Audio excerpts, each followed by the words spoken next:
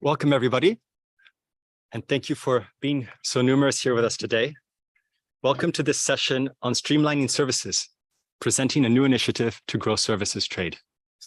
My name is Matthew Stevenson, and I'm the head of investment and services at the World Economic Forum. We know a lot is happening at the WTO right now. It's a very busy time. We're really appreciative that so many of you are here with us in the room and also online, because this session is live streamed. So we're going to try to make this as useful and interesting and valuable use of your time as possible. As you can tell by the title of the session, we are announcing a new initiative today, but I'm not going to tell you what it is yet. I will leave that to Her Excellency, Dr. Ayman Al-Mutairi, Vice Minister of Commerce of the Kingdom of Saudi Arabia. But what I can tell you is that this initiative aims to grow services trade. Now, why is growing services trade important? And why does it matter to each and every one of you in this room and each and every one of you online? Services account for 2/3 of global GDP and 6 out of 10 jobs. So if you are a policymaker who cares about economic development and creating jobs in your country, services are really important. My mother, Sherry Stevenson, who is a services expert, loves to share the following data point. So I'm going to borrow it from her. The OECD Trade and Value Added, or TIVA database, shows that services represent more than 50% of value added in gross exports and over 30% of value added in export of manufacturing goods. In other words, if you're trying to add value to your exports and in so doing become a wealthier, more prosperous country, services are essential, not only because they add so much value to exports overall, but they're also increasingly important in adding value to the export of goods, what people have called the servicification of manufacturing. The servicification of manufacturing means that the manufacturing sector is increasingly relying on services, whether as inputs embedded into production of goods or outputs sold bundled with goods. Think of after-sales services to fix your car once you bought it. Services are also key for economies to diversify and be competitive. In short, if you want to develop, as I know we all do, you need to get your services regulatory framework right. One could even say, to borrow Adam Smith's title, the wealth of nations lies in efficient and productive services. And yet we have a problem. The cost of services trade is twice that of goods, and 40% of those costs come from opaque regulations and cumbersome procedures. Fortunately, 2 new instruments can help improve the regulatory frameworks for services and unlock their growth potential: the WTO Services Domestic Regulation Reference Paper and the African Continental Free Trade Area's Protocol on Trade and Services, both of which were concluded in 2021. And I'd like to acknowledge Jaime Kogi, the Deputy Permanent Representative of Costa Rica, who chaired the SDR process successfully. The Services Domestic Regulation Reference Paper sets out good practices to improve the regulatory framework for services. So we have a guide, a roadmap, so to speak, on regulatory good practice. And the OECD has estimated that if implemented, this would result in savings of $150 billion. The AFCFTA Protocol on Trade and Services sets out binding commitments to liberalize service sectors for firms from African economies. But this will also benefit companies that do business in and with Africa. So why is this important? Both instruments provide new tools and create new opportunities to strengthen services regulatory frameworks, and in so doing, create jobs, growth, and prosperity. Now, to discuss these opportunities and how to realize the benefits of services, we have an all-star cast in front of you today. We truly do. I'm not exaggerating. This is not hyperbolic. I'm going to introduce each panelist with their title and affiliation, but also to make this a bit more fun and interesting, something noteworthy about each one of them. To my right, I have Her Excellency Dr. Ayman Al-Mutairi, Vice Minister of Commerce of the Kingdom of Saudi Arabia. She is also the CEO of the National Competitiveness Center, known as NCC, and the Saudi Business Center. The NCC essentially improves the business environment in Saudi Arabia to increase the country's competitiveness. Think of ease of doing business rolled out across the country. Something interesting about Dr. Ayman, she has a PhD in bioorganic chemistry and worked earlier in her career in healthcare management with Saudi Aramco and Johns Hopkins. When she joined her government to work on transformation, she rose through the ranks from senior advisor to assistant minister to vice minister, and now CEO of the NCC in addition to that. And so I think we all agree that when people rise through the ranks, that's a good sign.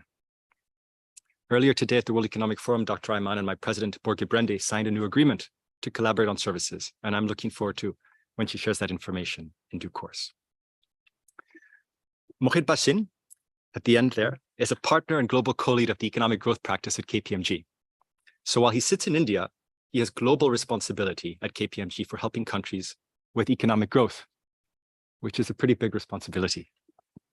A couple noteworthy facts about Mohit. This year, he is helping the government of India with its G20 hosting through advising India's Ministry of Commerce.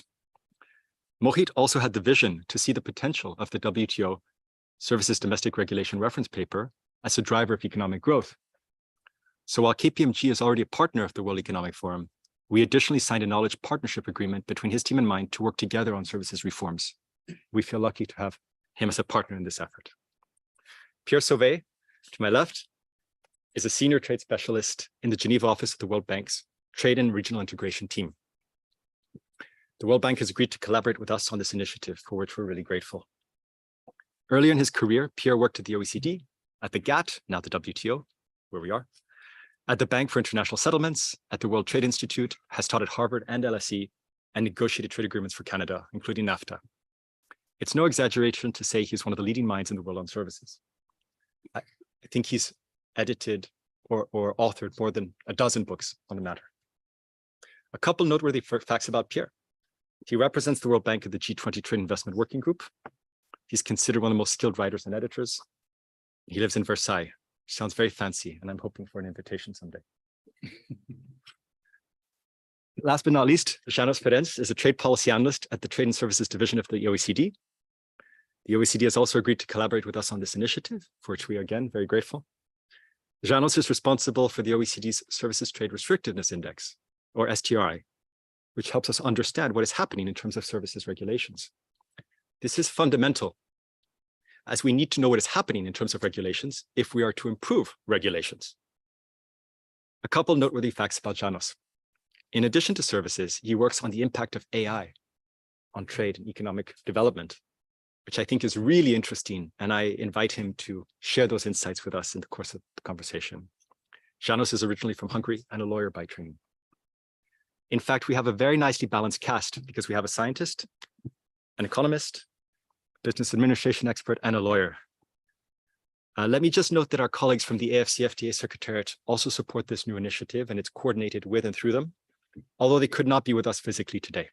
If they are online, I send our warm greeting. So now we're going to have 3 quick questions before we open it up to the audience. So please get your questions ready, both in the room and online. Everybody gets the first question, which I invite just to warm up and to get the ball rolling. And that's to give us their view of why services is important and why this work is necessary. Dr. Ayman. Thank you, Dr. Matthew, and thank you all for being in this session.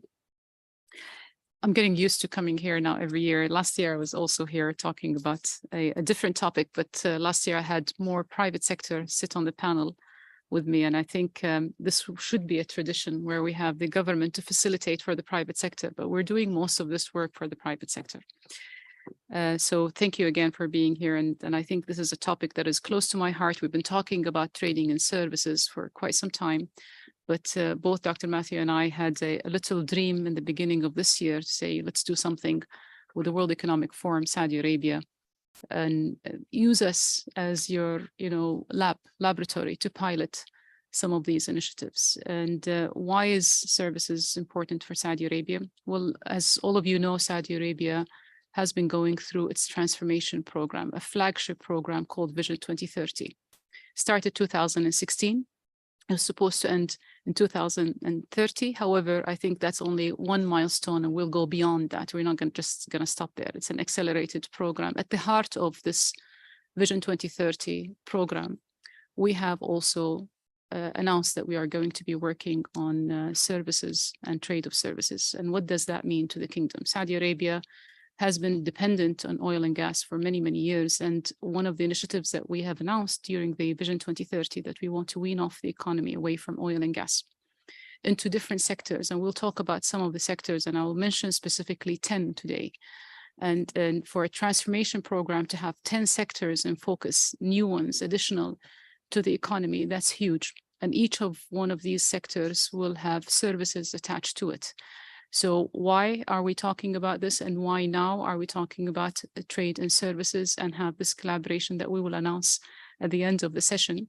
It's exactly because of that. We want to diversify our economy, and what's best to do it than to actually do it with the trade of services in the different sectors that we are embarking on. Thank you very much.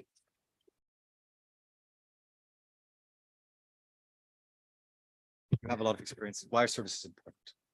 Is the Pope Catholic? Of course. There's one of my favorite movies. I don't know if you've seen it. It's called Donnie Brasco. Johnny Depp and Al Pacino. It's a sort of mafia movie. And there's a great scene in this movie where he keeps saying, forget about it. Forget about it. And it means such different things in so many different contexts. Our service is important. Forget about it. Of course they're important. That's where all the jobs are. That's where the money is. That's where women are predominantly employed.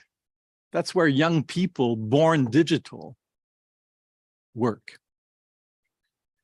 That's where transformative innovation is taking place. And there's no trade in goods.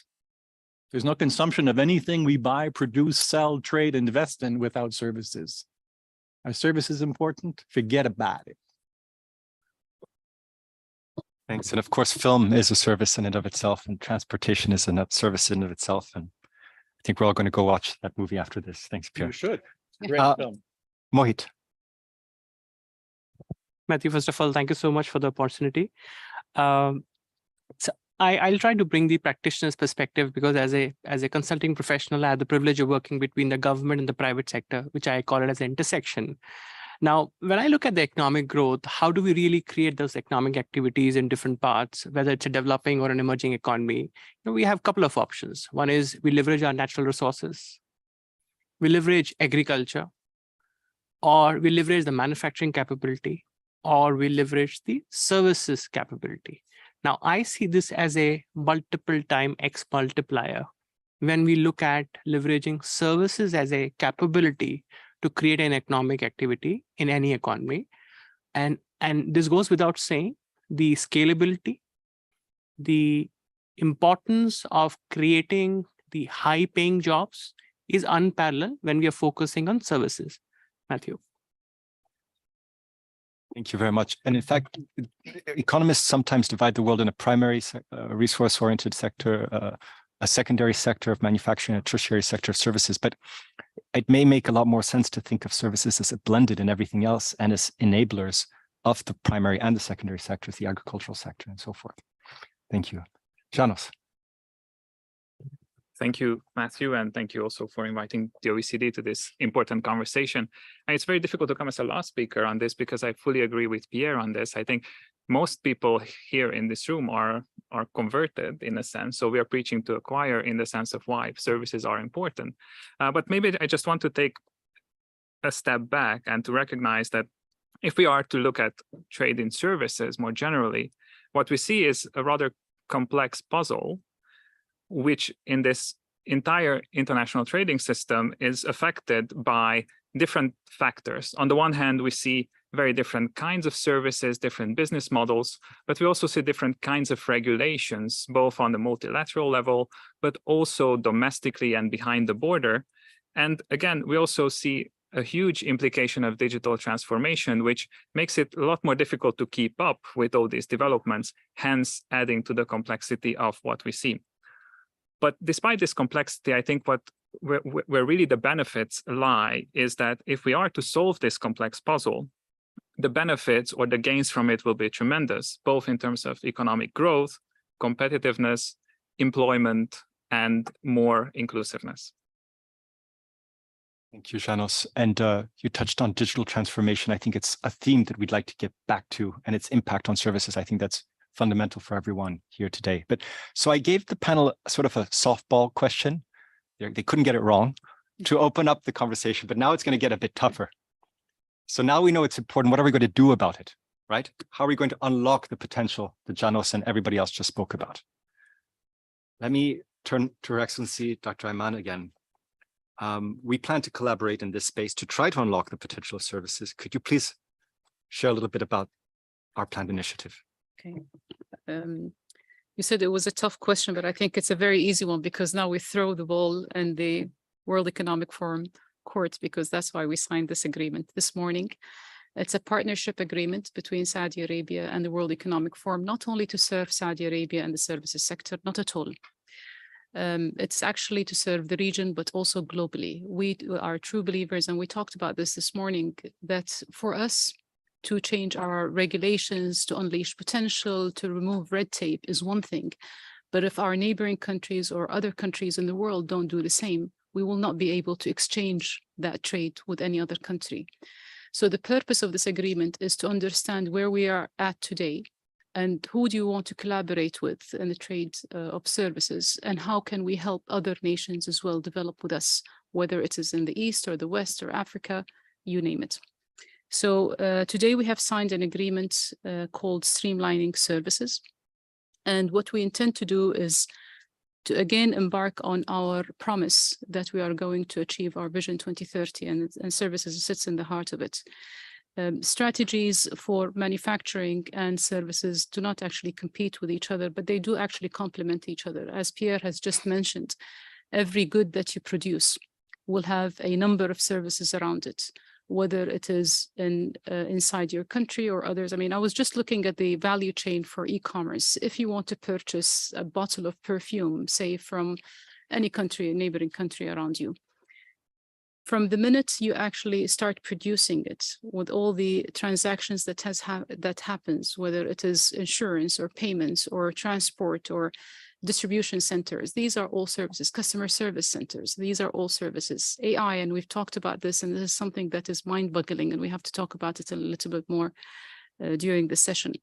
All of these have services around them. How are we going to deal with that? How much does that make of the economy of any country? And this is something that we want to actually look at, tackle, understand, define what service is all about, build standards and KPIs around it. First of all, measure it. And this is the discussion that I had this morning with the WEF. How can we measure it so we know what's our baseline today? And then develop further the standards and policies around it. Again, policies should be enabling policies, not hindering policies. And for us to do that, we also talked about this morning. How are we going to engage the private sector? It is very, very crucial to understand what different sectors, different companies, and different also regions of a country like Saudi Arabia are faced with in terms of challenges, and how can we actually help them, help the economy develop the trade and services. Vision 2030 has a whole range of different sectors that I promised that I will just touch on. And these are sectors that I want you to think of, opportunities that we want to build on, and maybe engage other countries. And we sit in forums as such because we also want to invite other countries to participate in the growth, not only of Saudi Arabia, but the growth of their countries in the region. We have services that we announced, such as information communication technology. Think about just gaming by itself, or creative industries, AI, digital advertising. These are all services and potential opportunities in those. And also wrapped around those, a lot of policies that we have to think about. Energy sector, conventional, renewable, energy saving, all services around them. Healthcare and life sciences, think about also all the medical technologies that goes around it. Sports and well-being, financial services, it's huge. And we were talking again this morning that Saudi Arabia now today has 170 fintech companies. So what about the policies that goes around them? Environmental services, transport and logistics, education. And if I just give you an example of a small company, say, with limited resources and capital in Saudi Arabia that wants to tutor in Saudi Arabia, but also wants to expand this to a neighboring country that speaks the same language. Can you just imagine the potential of growth of these small businesses and entrepreneurs? Real estate, tourism, and culture, these are all sectors that will have loads of services wrapped around them. How can we help them actually strategize better, remove burdens from them, and work with other neighboring countries and regional and globally to address all these challenges and build policies around them? Thank you, Dr. Ayman. It's both challenging and inspiring, how big a task, how important it is, but how big a task. And I'm glad we have this strong team to work on so many different angles. But I think it's really important to keep in mind also these new opportunities, these in gaming, as you said, things that maybe didn't exist. Let's unlock those opportunities for young people, for SMEs to provide, as you said, digital services cross borders so SMEs can grow, which we all really want to make happen. Mohit, you are very well positioned in this conversation because you advise governments and you advise companies. So just like we at the World Economic Forum that do public-private, you sort of do public-private in your way. We'd be really keen and well, eager to know what advice would you give a government, to improve services regulatory frameworks, and what advice would you give companies to seize new business opportunities in services? What, if you put your advisory hat on, what advice would you give us in this space, please? So, Matthew, pretty difficult question. I must admit that. So when I look at governments, it actually works at 3 levels. One is, this is such an intangible area of growth, right? Services you cannot really feel and you cannot really, measure in a certain form. So it has a very strong cross-border play, which means you have the global understanding happening at the government level, like institution like WTO. Then you need to have a clear understanding at the national level. And then, of course, the action actually happen on the ground when you're talking about the subnational government or the municipalities or the city level government. Now, the challenge, I'll tell you interestingly, during the COVID time, when we were all trying to recover through that hassles, suddenly and services which emerged was the telehealth or telemedicine. Eventually, we saw some of these companies solving such a critical problem by supplying some telehealth services. And we also noticed that some of these enterprises have touched the unicorn mark. These are startups.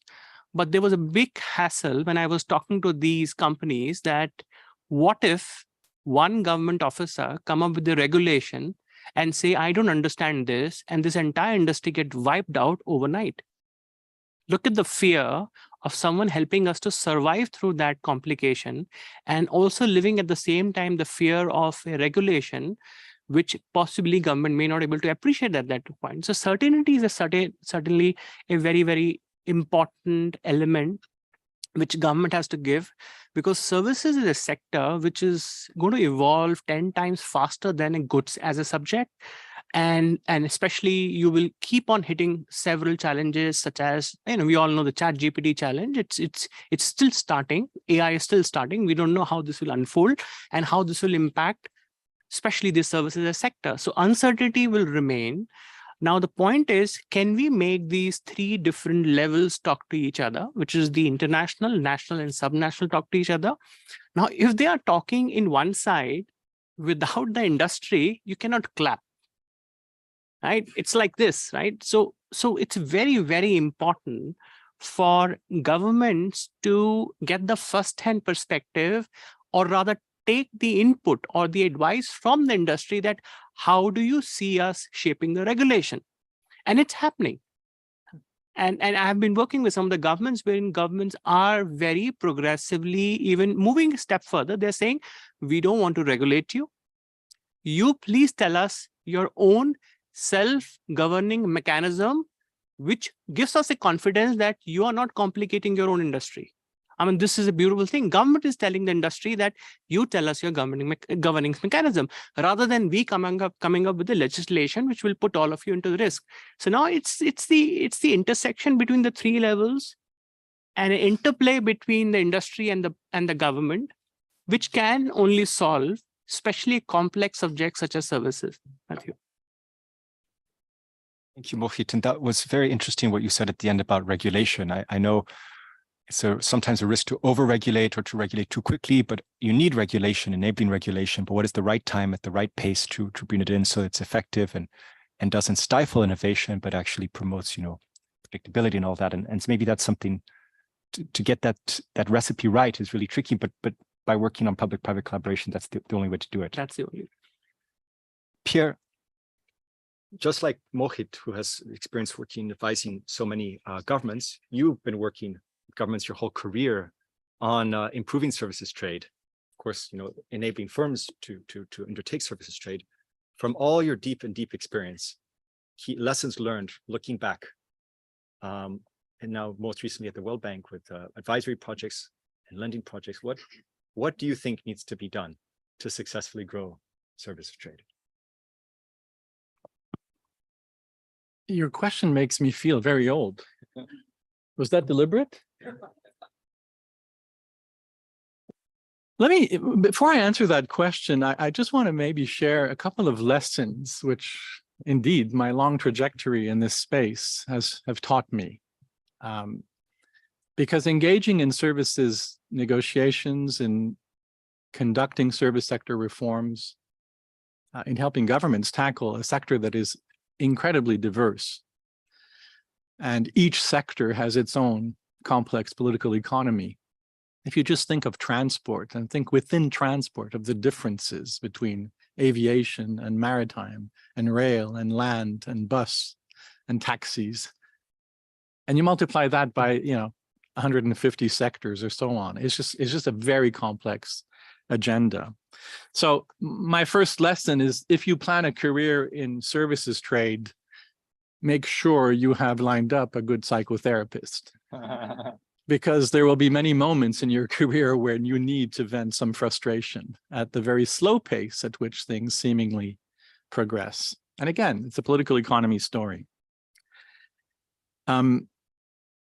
Humility as well comes in useful. Patience and humility at the slowness of the slow pace at which countries embrace what seem to you to be very sensible policy advice. And we see that here at the WTO. Everybody recognizes the centrality of importance to services to economic development, and yet generating meaningful multilateral traction on this agenda has proven extraordinarily difficult. MC12 declaration almost ignored services altogether, just a very passing reference to what is the most important sector of the world economy. So there are some real challenges that we have to face when we contend with this sector. And yet there's no question, as we heard from our friend from Saudi Arabia, and it's replicated in so many countries, that services offer a very potent route towards economic diversification. It's not just theoretical, it's real. We started, because I'm old enough to have been in this room when the Euroground journey began in services, with enormous export pessimism on the part of developing countries. This journey was a plot of the global north against the global south. Those words did not exist at the time, but that was the narrative. This is a plot against us. And today we see that developing countries are experiencing much faster growth than developed countries in services trade. Even LDCs, their performance over the last 20 years has exceeded the world average by a considerable margin. So there are real opportunities in services, magnified by the technological changes that we have just lived through, that we are living through, that open up phenomenal opportunities.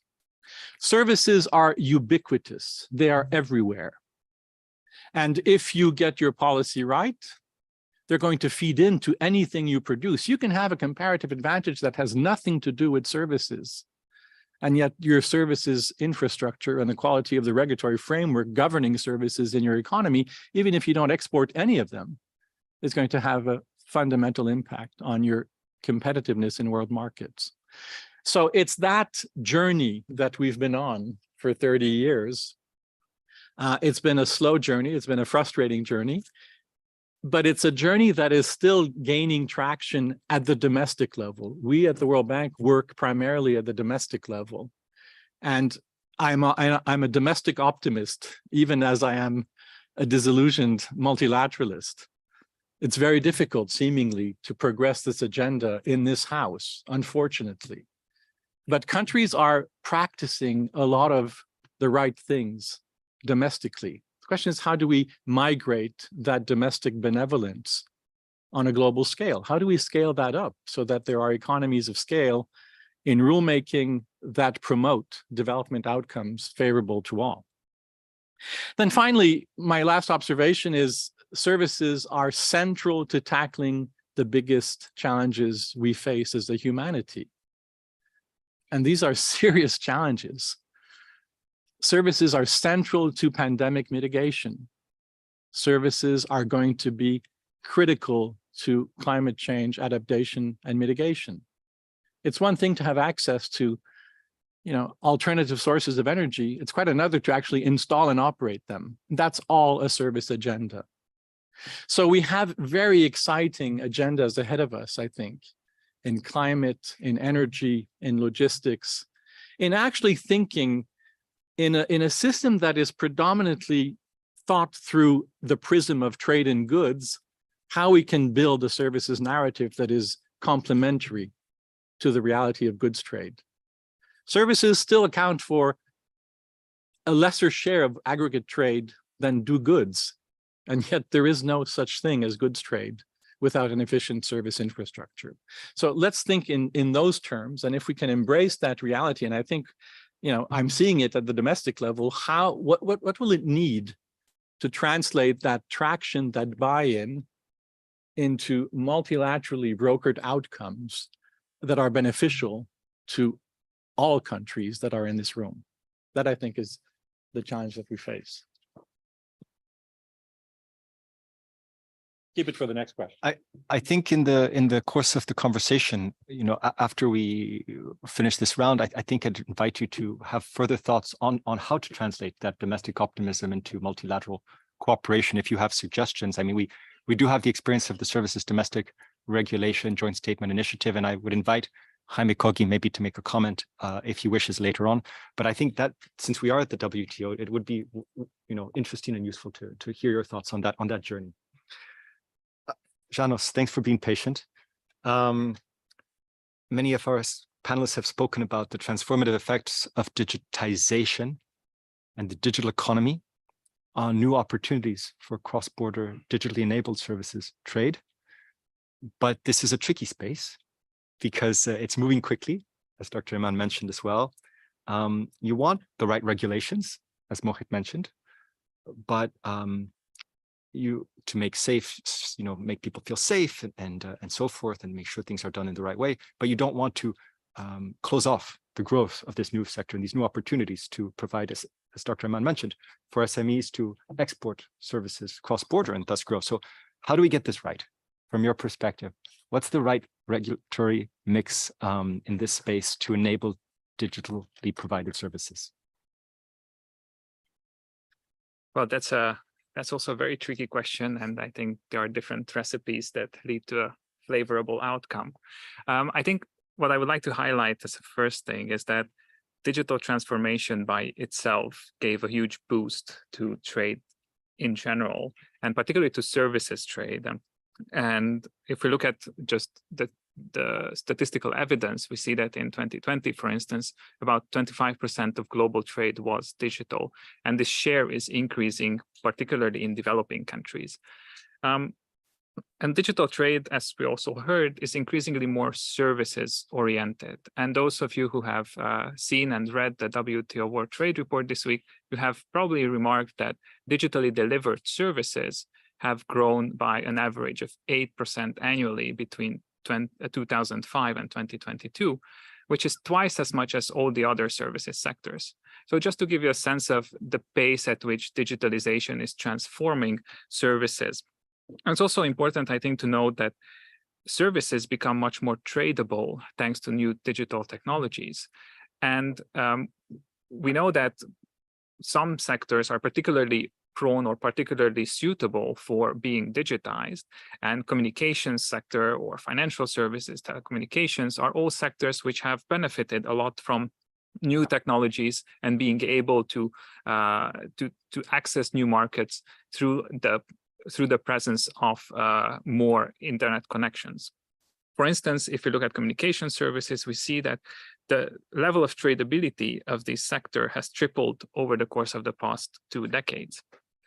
And I think one important point here is to talk a little bit about the extent of digital connectivity. And connectivity, by connectivity, I mean the ability, on the one hand, to transmit information and data across networks, but also being able to link more people to the internet, so to bring more people online. So if you look at the effect of and the extent of digital connectivity, recent evidence shows that there's a clear link between enhancing digital connectivity and lowering trade costs for digitally enabled services, which means that there's a lot of benefit that we can gain from enhancing digital connectivity. And now a bit to your question, Matthew, but where do we stand on the regulatory environment?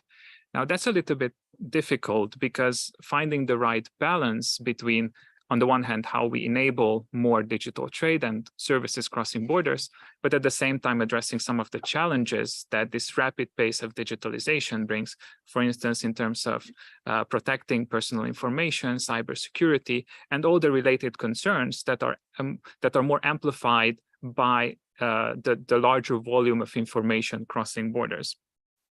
Information and data that we collect at the OECD through the OECD Services Trade Restrictiveness Index demonstrates that levels of barriers on digital trade remain high on a global scale. But if you look at the regional differences, we see that some regions have a much higher level of barriers on average than others, which means that there is a lot that we can learn from each other. We can look at best practices and regional initiatives. And I think particularly the AFCFTA digital trade protocol that is currently being negotiated is a very important example of a very ambitious initiative that will drive more regulatory coordination. And also, I think very important to keep in mind how we regulate this flow of information across borders. One important aspect that we came across in our research recently was that if we are to map what countries are doing in terms of data localization measures currently, by the beginning of this year, we counted up to 100 data localization measures being currently enforced across 40 countries. And these kind of measures affect, of course, a very diverse set of sectors and different activities, but they tend to bring a lot of these innovations. They are centralizing a lot of these innovations within a country and inhibit the ability to leverage a lot of the efficiencies that would be gained from sharing information across borders. So that's maybe a long way to answer your question, and I could go on for probably another 2 days on this. Janos, thanks. And I apologize to my panelists for asking such tough questions. That's why the first question was so easy. You don't have to answer this now, but in case you want to come back to us, I think we'd love to hear your thoughts on the relationship between services, digital services, and data flow and data policy. I know this is an incredibly difficult topic, and I know there are many different policy perspectives, but I don't think we can do this work without tackling this issue head on. So I'll give you a chance to, if you wish to come back to us later with your thoughts on how to, as a policymaker, what is the right, could be a very constructive approach. I think we'd be very, very keen to hear your thoughts since you brought it up. Thank you so much. Last round of questions before I open it up to the audience. And I'd like to now touch upon something I care deeply about. I plan to write a paper on this topic, but it's about jobs. We all care deeply about jobs, honestly. It's probably one of the most important topics, young people and jobs. And I think we can apply this to services. How can services help create jobs, good quality jobs? I know the OECD has a definition of quality jobs, which I like very much, which has to do with remuneration, stability, and training. So we're talking about quality jobs. Dr. Ayman, could you tell us about your priorities in the Kingdom of Saudi Arabia on how to grow services trade in a way that leads to quality jobs, please? Thank you. And by the way, I think this is really honestly the toughest question. And this is something that we should not shy away from. I mean, we have to be fair and balanced between introducing new technologies and taking the world into a completely different level when it comes to using AI and technology, and at the same time not lose jobs. There is a transition period, I believe personally, that can be very, very painful. And we have to all go through it, but with minimal damage to any of our countries, nations. So the balance that we have to strike when we do services trade across borders, introduce AI, want to move as fast as we can with all these technologies. But at the same time, we are going to, unfortunately, lose some jobs. But how can we reskill and train and continuously train our talent to actually overcome this challenge and take advantage of the growth that will take place after you introduce all these services using all these technologies? In Saudi Arabia, I think we're quite lucky because we have a very young generation, tech savvy, that are ready to take over some of these new challenges using AI. We have an infrastructure that is brilliant, penetration of internet almost 98% across the kingdom. But also the kingdom has drafted few strategies, and I'll mention the 8 strategies, and I have to just remind myself of these 8 strategies that we are working on to unleash the potential for the growth of the services sector, and at the same time create new jobs. Okay, so it's not about losing the jobs that we might be losing for some of the services that we are providing today, but create new ones. So strategy number 1, reform the business environment. And we have been doing that since the beginning of our Vision 2030, 2016, when His Royal Highness the Crown Prince said, okay, private sector is key to the growth of the economy. A young leader like him has actually suggested that remove all red tape from the business environment regulations. And by doing so, we actually removed red tape for thinking about trade in general, but we've touched already on a lot of the regulations that were hurting the services sector. So strategy number 1 is reform business environment. Strategy number 2, we want to expand state-of-the-art digital infrastructure and facilitate digital transformation, which we have been successful in the past few years in at least having a solid IT infrastructure. And from there, we can build on developing different technologies accordingly and training also people. And again, I think the biggest challenge will be our education and training system. How can we align it with all the changes that are rapidly taking place? Number 3 is leveraging AI to support the responsible growth of the services sector. And I emphasize on responsible because we want to be very ethical when doing that. And I think one of the forums that takes place actually now every year in Saudi Arabia is the AI Summit. Last year, the discussion was all about ethical performance when it comes to AI expansion. And number 4 is we want to attract FDI to services sector. We understand that we know what we know and we don't know what we don't know. So why not bring the knowledge to Saudi Arabia by acquiring some of these best practice services companies who can actually set ground in Saudi Arabia and expand from there? Then we understand there will be a lot of exports after they actually come into Saudi Arabia. And number 5, facilitate international trade in services. And when I say facilitate is how can we actually align with other countries that we want to exchange this kind of trade with them and not only work alone on these policies. And that's why we have the likes of the World Economic Forum, the World Bank and others who actually can support countries like Saudi Arabia in advancement and learning from other best practices, not mimicking, but learning, and we choose what suits us best. And then we want to reform the education and training systems to meet the new needs for the services sector. And number 7, we want to expand opportunities for women and youth. Pierre mentioned something like this, but honestly, this is a great chance for women to participate in the labor market, for our young generation to participate in the labor market, create new opportunities for the entrepreneurs and the SMEs, and expand their services across borders. And finally, we want to improve the governance of the services sector through improved cross-sectorial coordination, performance of data, and data-driven policy making. I think we are all touched on what are we going to do with this data? What is the policy going to look like for data across borders? When we exchange this data, it's very expensive. It's very important also to think about those policies. I'll stop here so I can give the chance for others to talk. Thank you. Thank you very much, and for detailing all those initiatives to try to get ahead of the challenges, for the policies to be enabling to support this transition. So I'm going to ask Janos and Mohit, first Janos, then Mohit, for the same question, basically. Janos, services can create jobs, but they're not all quality jobs. So they could be quality jobs. Different sectors might offer different opportunities.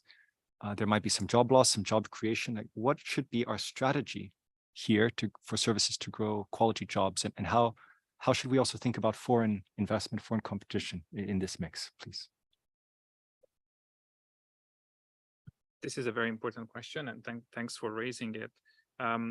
As we already know, most jobs are in services, and if we look at the increase of the importance of services for employment, we see a steady growth across all countries of all development levels. So over time, services become a very important employer of the global economy.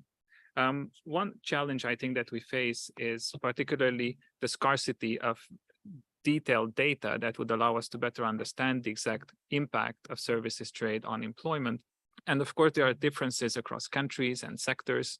And I think what we learn from existing evidence and existing research on the first place is that there is, in general, a positive correlation between services trade and employment, which means that firms that engage in trade tend to generate also new job opportunities.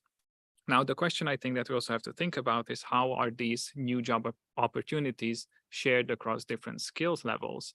And how do we make sure that there's an equal opportunity for these new job opportunities also for low and middle and medium skill level workers? The other aspect, which also goes to the quality of a job, is the wage that is attached to it. And the existing research shows that companies that export more and engage more in trade tend to pay higher wages. And again, the question here is how can we make sure that these benefits are also equally distributed across the different skill levels of workers? And this is particularly an important topic today when we see that the nominal wages have not really kept up with the rising and persisting inflation rates, and which means that real wages have fallen across countries. And the other aspect I think is important when we talk about jobs is inclusiveness. And there's evidence that suggests that higher exports help to reduce the risk of joblessness for women. And more jobs, as we heard also earlier, are also for women that engage in all forms of trade. So trade, and particularly services trade, helps to bring more inclusive outcomes and also help to lower the risk of job losses. So I think just a final thought is that we should think about services trade as a facilitator of a broader policy that goes together with other policies that aim at enhancing education, lifelong learning skills, and providing those essential skills that will enable workers to transition as we go through these bigger transformations driven by digitalization and the green transition. Thank you, Janos. Mohit, over to you. India has become the most populous country in the world. So lots of job creation needed, but lots of opportunity. India is also very, very competitive in the digital services sector.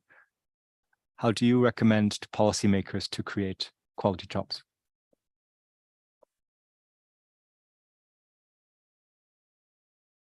I always try to challenge the status quo. And I'll just throw 3 numbers, which I just noted in the last 2 days, just to put a perspective. What I noted in the first session when Ralph was announcing the report, and he mentioned that services, when it comes to trade cost index, services cost 34% more than manufacturing. My impression was, seriously, where is this 34% increased cost? Services, I can't see that, but still 34%. To your point, Janos, Also notice that digital delivered services is valued at $4 trillion. Wow. When we talk about cost of trade, cost of services trade, and if we are not dealing with this monster, you know, what's the impact we're going to have? And I'm again taking another data. If you see these data, you know, on one side, you have a $4 trillion economic output, and another data, which came from the DG's address this morning, that trade facilitation agreement has saved $300 billion. Now, if you put these two data, and if you really deal with this monster of cost of services trade and optimize it and flow that money back to the economy, which in turn creates job, can you see the ripple effect it will create? Huge. But if you're not seeing this animal of cost of services trade, I think we'll be losing a lot more in that, right? Of course, coming back to India, we just successfully completed G20 and we overwhelmed in terms of the participation of the world, which has really, really helped us, you know, get a perspective. In India, especially the digital services, especially the Digital India program, which has really helped us creating economic activity. And some of you may be aware or not, the program has touched every corner of the world. I can transfer 10 cents from my mobile, not in digital high-end mobile, very basic mobile, through an SMS to another person, just 10 cents, even $10,000 at zero cost, which means the transaction cost is zero. In less than 2 seconds, you will see the money moving in. The digital is touching both the public and the business side of it at literally no cost. And the kind of economic activity which the digital as a services has created for India is overwhelming. And I believe now, given the technology stack and so many stacks we are seeing, the next wave of growth we are going to unleash in the days to come. And what could be better job creation enabler, as I said in my very first point, than the services and especially the digital services. Back to you. Well, that's pretty amazing, because I remember the days when it took 3 to 5 days for money to clear a bank transfer. And we know that SMEs need capital to stay afloat. So 2 seconds sounds pretty impressive. But just on your earlier point, we do work on implementing the trade facilitation agreement. And we, of course, are very proud and happy to support those cost savings. But exactly as you said, those cost savings can translate into jobs, because if you're a company, but you don't have to pay a certain cost, you can invest in your people. So it's just that maybe instead of thinking about 300 billion, we can think of that. How many jobs could that potentially represent? I mean, just for policymakers to translate that into another number that's useful for them. We've almost come to the conclusion of this part of the panel. I'm going to turn to Pierre for his big picture view on all that he's heard. Again, from his wealth of experience, not because he's been working on this for so long, but just because he's done so much. You're doing it again. Sorry. Pierre, taking a step back, looking at the forest, not the trees. What should be our priorities here in growing services trade? What should be our next steps? How can we do this right? You know, I'm encouraged by the fact that this room is full. And we had a session yesterday at the World Bank and the WTO also on services, and the room was also packed. Clearly, there is an interest in pursuing this agenda, in reviving this agenda, and doing so for purposes of essentially human advancement, of helping our societies cope with the multiplicity of sources of change they need to confront on a daily basis. If I am to sort of, again, distill some very basic lessons in saying, how do we move forward on this agenda? How do we revive this agenda? I would say, first thing is to do everything that needs to be done to maintain and keep up the momentum of the domestic reform process. Services is a game played primarily domestically, because domestic reforms take time. They involve a multiplicity of actors, of institutions of governance, of ministries, and so on. And so the pace of domestic reform is slow because of the inherently complex nature of that reform. But once reforms are enacted, what does history teach us? That reforms are very rarely, if ever, reversed. And I think I take great solace at that reality. So there's a potential, a sort of pool of what I would call sort of policy benevolence. Countries are doing the right things domestically. How do we nudge them into consolidating that benevolence in this institution? They're consolidating some of that benevolence in their preferential trade agreements. We've seen a much greater appetite to consolidate on a preferential basis. But again, if you think hard, it's very difficult to implement service sector policies in a preferential manner. And so most preferences are de facto multilateralized. So how can we nudge ourselves into thinking in those terms of saying the right policies that we've been implementing domestically, we should be willing and able to consolidate them. And a lot of smaller countries that have difficulty in registering on the radar screens of world investment have a special interest, I would say, in harnessing the signaling properties that come from consolidating domestic reforms into legally binding and enforceable treaty instruments. Large, very large countries probably don't need to do so with the same degree of urgency. But the majority of the world is made up of small countries, smaller countries. And the smaller you are, the poorer you are, the less you register on the radar screen. If you don't have a jingle on CNN to say, come and invest in my country, that's where you need this institution. So reviving the agenda should consist of what we think in a recent publication we've just done with the WTO of 5 or 6 agendas, which we see as critical. And agenda number 1 is to fill information gaps, data. The data we have on services remains woefully inadequate relative to the data we have on trade and goods.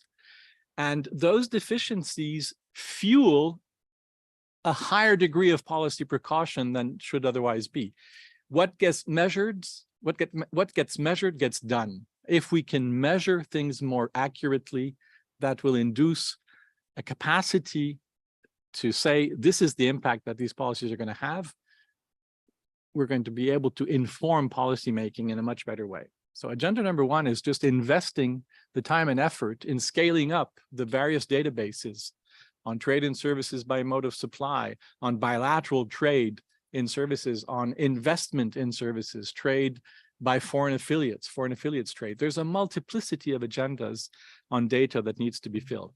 The second information gap is the fact that we still don't have a very clear command of differences across countries and sectors and modes of supply in domestic regulation. We don't have an inventory that is comprehensive of how we regulate and why we regulate and how we regulate in a manner that may be actually trade or investment restrictive. And so we would like at the World Bank, working with the WTO, working with regional economic commissions of the UN, to actually, on a regional basis, aggregate this information so that we have a sense of what are the sectors, what are the modes of supply in which there is regulatory convergence, and therefore in which there would seem to be an easier way of moving forward in the direction of revived negotiations and revived market opening efforts. Where there is tremendous divergence in regulatory approaches, it's going to be more challenging. But let's document this reality. These are not state secrets. These are laws and regulations that governments have passed. Can we aggregate this information in a manner that serves the interests of users, which are the business community and governments that engage in negotiations? Then 4 more agendas, but I'm going to go very quickly on them because I think we should start with information gathering. That's already going to take us a few years. And I'm very glad to see that that was one of the issues you discussed at WEF this morning, to invest in that capacity to fill gaps. Told them to all take 3 months. We need to talk. It's going to take a bit longer than that, I think, but not forever. Third agenda is, of course, strengthening regulatory institutions, strengthening the capacity of states to regulate in the public interest. Not only is services a domestic game, it's a regulatory game. The currency of negotiations in services is exclusively made up of domestic regulation. And so how can we help countries learn from other experiments, other approaches, and move us in the direction of good regulatory practices? It's a huge agenda across a multiplicity of sectors. Another agenda is to simply address the multiplicity of supply-side constraints that weigh on the competitiveness of suppliers in developing countries, especially. You know, most exporters in services are small. They're SMEs, they're MSMEs very often. They have all sorts of issues of access to technology in a productive way, the productive use of technology, access to finance, access to digital literacy and so on, entrepreneurship and so on. There's a huge supply side agenda that we need to invest in. In these halls, I often hear about the LDC waiver discussion, for example. What purpose does the waiver serve if you cannot supply markets with competitively priced quality services? I'm not against the waiver per se, but I'm saying let's focus on the supply side capacity. And that's a huge agenda, once again, investing in the skills of firms and in the skills of individuals who are going to be working in the service economy. And then finally, the L word, liberalization, which has almost become taboo in this building, no? Cannot pronounce the L word, careful. Market access, ooh, can't go there. Excuse me?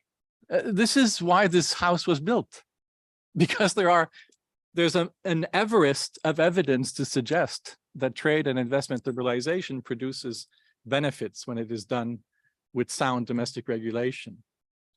And so how can we revive the liberalization agenda at the WTO? And I would offer you 3 sectors in which I think there would be an appetite. One is to say, how can we build the services complement of the trade facilitation agreement? Trade facilitation is all about services when you think about it. Can we devise a perimeter of logistics related services on which we advance a liberalization agenda if we want to reduce trade costs? That's a good place to start. Secondly, can we think of a services complement to another highly successful WTO agreement, the ITA, the Information Technology Agreement? So can we not think of a perimeter of ICT services that are the natural complement of our efforts to actually eliminate barriers to trade in IT goods? That would be a major contribution, a major complement to an outcome on e-commerce and to the digital economy. And then finally, I would say, can we do something, please, pretty please? I'm happy to go on my knees. Can we do something on environmental services? Because how can we take climate seriously if we're not prepared to address the manifold impediments that stand in the way of the freer flow of environmental services, without which environmental goods cannot be assembled, operated, and so on? Either we are serious about tackling climate change or we're not. And if we're serious, we cannot escape the need to do something about market access impediments in the field of environmental services. So this is your homework. You have 3 negotiating agendas to start after MC13. And at the next public forum, I will grade you. Well, Pierre, you just suggested we launch 3 new negotiations. It's kind of overwhelming and exciting at the same time, but thank you. I was told we could go until 1:45. I know, so we still have a few more minutes. I'll invite towards the end Dr. Ayman to close, but before that, I wanted to open it up to the audience. I see the gentleman.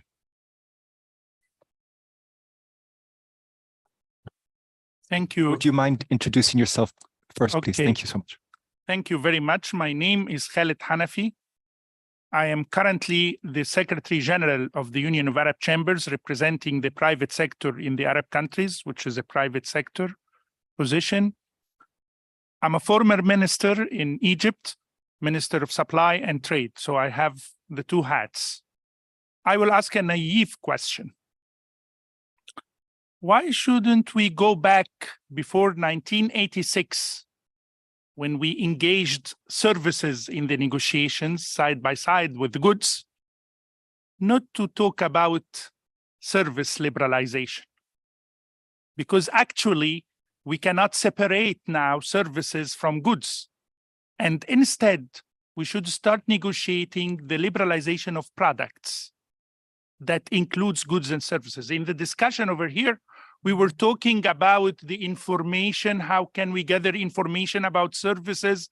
The services employ women, and the services help the less developed countries and so on. So what I suggest is that we have to start thinking of something different, which is stop talking about service liberalization and mingling the services and goods in one thing, could be a product or something, and employing our effort in doing this and making the liberalization. Thank you. Thank you. I'm going to collect a few others, but just to quickly react to that, we often separate investment facilitation, trade facilitation, service facilitation. Why there's a facilitation 2.0 agenda where you bring it all together and they work synergistically, but that was not my role to comment. Sorry. Please. Thank you very much. I'm Preetham Banerjee. I'm the head of Center for WTO Studies. We are the research arm of the Department of Commerce, Government of India. My question is that, as Pierre was pointing out, that service is a regulatory game and we have complications and countries need time for policy space. And I'll just highlight two of the complications. With the new digital technology, now you have combination of digital and domain. So think about medical tech, right? So medical health is a highly regulated sector in every country, but now you have somebody providing a medical service across borders. So now you have a jurisdictional problem, which jurisdiction this will fall under, and you have a problem of consumer safety and many such issues. Similarly, we are used more to a world where business to businesses happen or government to business happens. We have a gig economy, which is huge today. So you have consumer to consumer services and vice versa.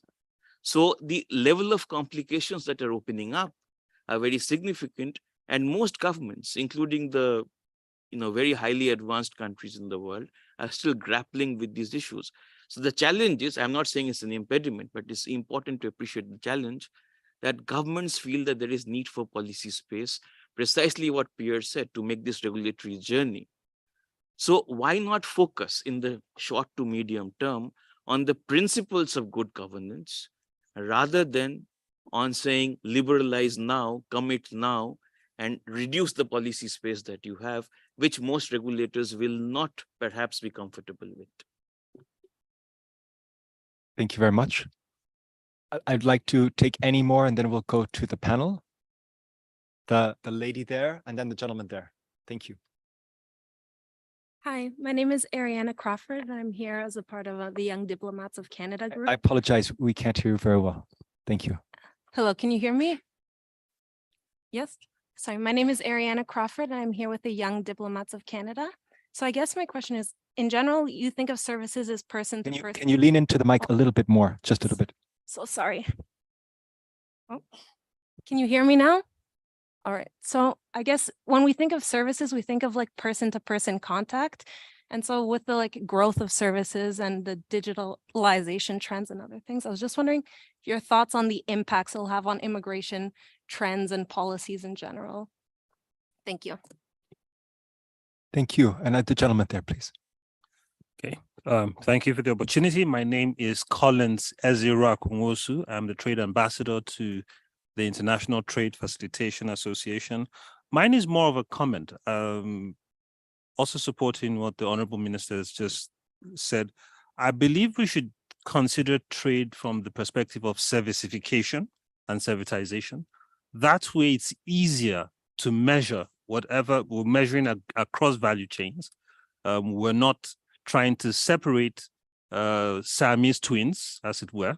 We're actually looking at products and services, you know, and encourage this. This would translate to encouraging foreign direct investment. This would translate to the encouragement of movement of goods and services. It would translate to even the movement of institutions, especially when we're considering things like the Africa Continental Free Trade Agreement. So mine is just let's look at servicification and servitization as tools for working within services.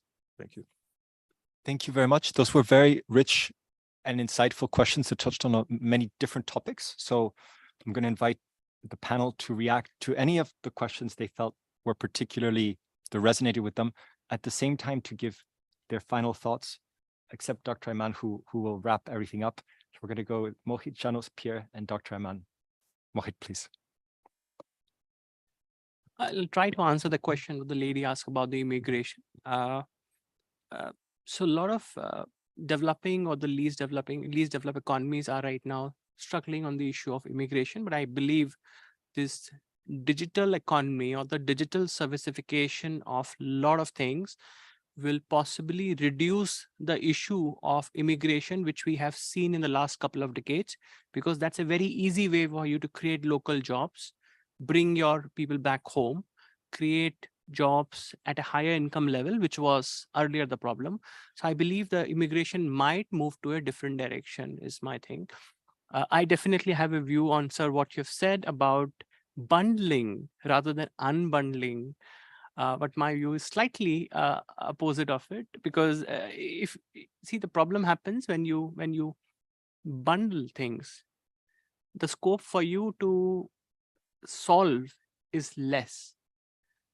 Producing goods and servicing around that in itself is a large monster. Now, we need to see that little differentiated, and for a government to appreciate that these are two but complementary services, and the moment we bundle it, will be much more challenging. Sorry, that's my view, but you may disagree with that. Matthew. Thank you, Mohit. Thank you for addressing directly the two questions. Really appreciate that. Janos. Thank you also for the very interesting questions. I think personally, just to go on the question of looking at goods and services, I think already a lot of governments are thinking about these jointly and together. And there is good evidence suggesting that services are inherently important if you look, for instance, on the productivity side of manufacturing industries, and the level of inputs of services inputs that go into manufacturing significantly affects the productivity levels of downstream industries. And actually, particularly that's the case for some of the sectors like telecommunications, financial services, and a lot of those are also key inputs into a lot of other activities that services underpin, including on digital type of activities. So we heard about the example of being able to pay more actively, more instantly across borders. So I'm very excited about the road ahead in terms of what digitalization will bring us. But I think it's also very important to keep our focus and to really keep a sharp policy discussion on what already we know and where we can already make a difference, particularly on the domestic regulations of services, where there is a lot of good progress already. And it's just to push that across the line to make sure that the implementation of the good disciplines and practices that were agreed here will be implemented. I think that that's a very important next step on this side. Implementation, implementation, implementation. Thank you. Pierre. Well, thank you for these questions. They're all very interesting. There is a difference between the world we live in and the world we should be living in. And, you know, from conception, services and goods were placed on different paths. Because at the time, in 1986 and in the early days leading to that, even advanced countries were unsure where this journey would lead them. There was enormous precaution in the very way in which we approach this. And so we created these separate paths. The reality of the world is the one you described, in which goods and services are inherently intertwined. you would have to reinvent,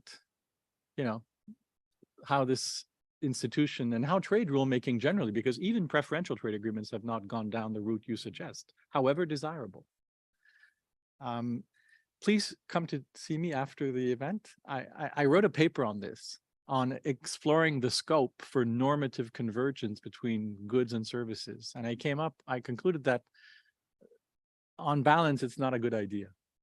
It's complicated. I'll share the ideas with you, but I don't want to go into too much detail now. Servicification has been instrumental in changing the way we look at services and not focusing just at, should I engage in negotiations because I export? No. Should I engage in negotiations because importing the intermediate inputs that are required to make me competitive in whatever sector in which I have a comparative advantage, whether it's agriculture, mining, manufacturing, or services? And so we owe a huge debt of gratitude to our colleagues at the OECD for pioneering this database on trade and value added. One of the pioneers is actually one of my former students, Sébastien Miroudot. So I'm very proud of him for having done this incredible work. And so it's changed the texture of how we discuss services.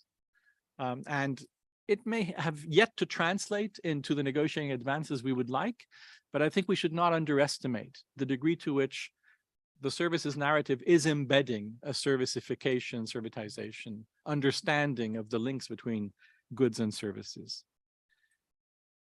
Services negotiations are never about immigration. They're about the temporary movement of service suppliers. Nothing to do with migration policy, but there's a lot of confusion that the temporariness may lead to migratory problems if people overstay their temporary visas and so on and so forth. So this is always going to be a contentious issue, especially in today's world. Sadly, not all modes of supply were born equal. Countries are 50 times more likely to make commitments on mode 3 investment than on mode 4. This is the reality of the commitments we see. We love foreign money. We're not too hot on foreigners. This is the reality. I mean, it's as simple as that. So again, appreciate the political economy, but I completely agree with what was said earlier. Technology is introducing very important substitutability impacts, lessening perhaps the need for more mode 4 movement and vastly increasing the ability to do things remotely.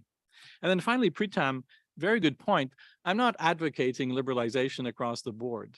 I'm very pragmatic in saying, let's find some spaces where perhaps we can bang heads and establish in these 3 areas of logistics, ITC, and so on, a perimeter of services that we know are central to how the world operates, and identify the barriers to trade and investment, typically of an NTM nature, and do something about them.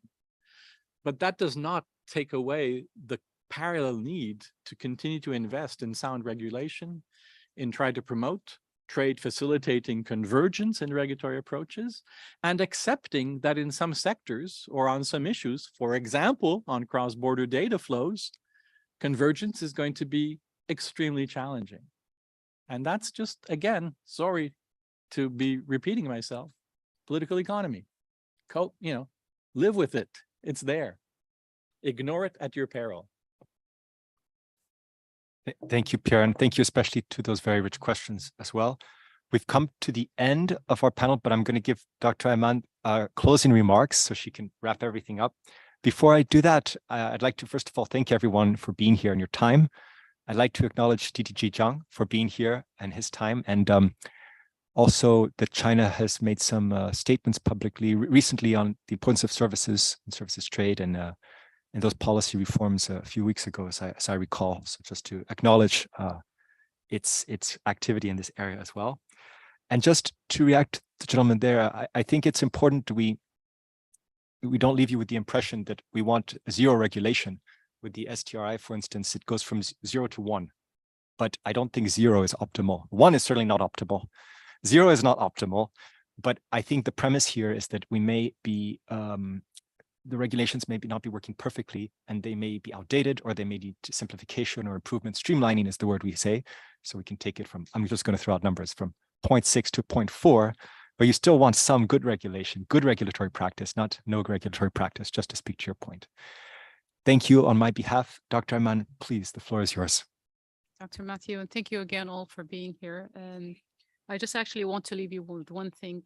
Saudi Arabia has been successful in delivering on the promise. So if we say that we're going to embark on this new initiative to work on the trade of services, we will do it. We have partnered with one of the best international organizations, but we also understand that we cannot have all the answers. We are going to also ask other organizations and subject matter experts to join us. But one thing, I've heard everything that was going on between the panelists and even some of the audience. One thing that I really honestly want to leave you with is we're all about action. We might not achieve everything in 1 or 2 or 3 or 10 years, but we want to focus on 1 or 2 things that are extremely important that we know we can deliver on. We know that we can pass to other nations to practice as well and live this experience with us. We will come to you and extend an arm of support, or even if we've learned something new, we will come again and tell you this works, this doesn't work. But if we can focus only on 2 or 3 initiatives, we are not going to boil the ocean. We know we're not going to boil the ocean. We know we're not going to fix all these issues of trade and services tomorrow. But we know we're going to scratch the surface and fix few that will serve at least in the interim period. And as we go, we'll build on it. And we have a good practice that has helped us in the past 7 years. We have created the machine that will make all the changes. We're going to introduce now one more agenda item to our machine, which is trade and services. We will regulate or deregulate. We will decide on how we're going to do that. But I'm a very big fan of deregulation up to a certain extent that would, help everyone create a business, grow their economy, but at the same time will be safe and secure. So I invite you all to also participate with our new project. And hopefully we'll promise to come again maybe next year and the following year. We'll give you a status update and what we have learned, what we have done so far, what worked and what didn't, and maybe use everyone here as a sounding board to help us cross that bridge, hopefully every year. So again, thank you. And we brought you a little gift from Saudi Arabia. It's our dates. We have 400 different kinds of dates in Saudi Arabia. We brought you some of the best with an Arabic or Saudi cup of coffee. It's empty, but we can fill it, of course. And it's a Saudi coffee. But just think about this product good. Okay, it's an agricultural good. We've transported it from the Kingdom of Saudi Arabia to the WTO. Just imagine how many services were engaged to delivering this box to your table. And this is what we're after. We want to measure it and hopefully we want to grow it further. Thank you again for being here.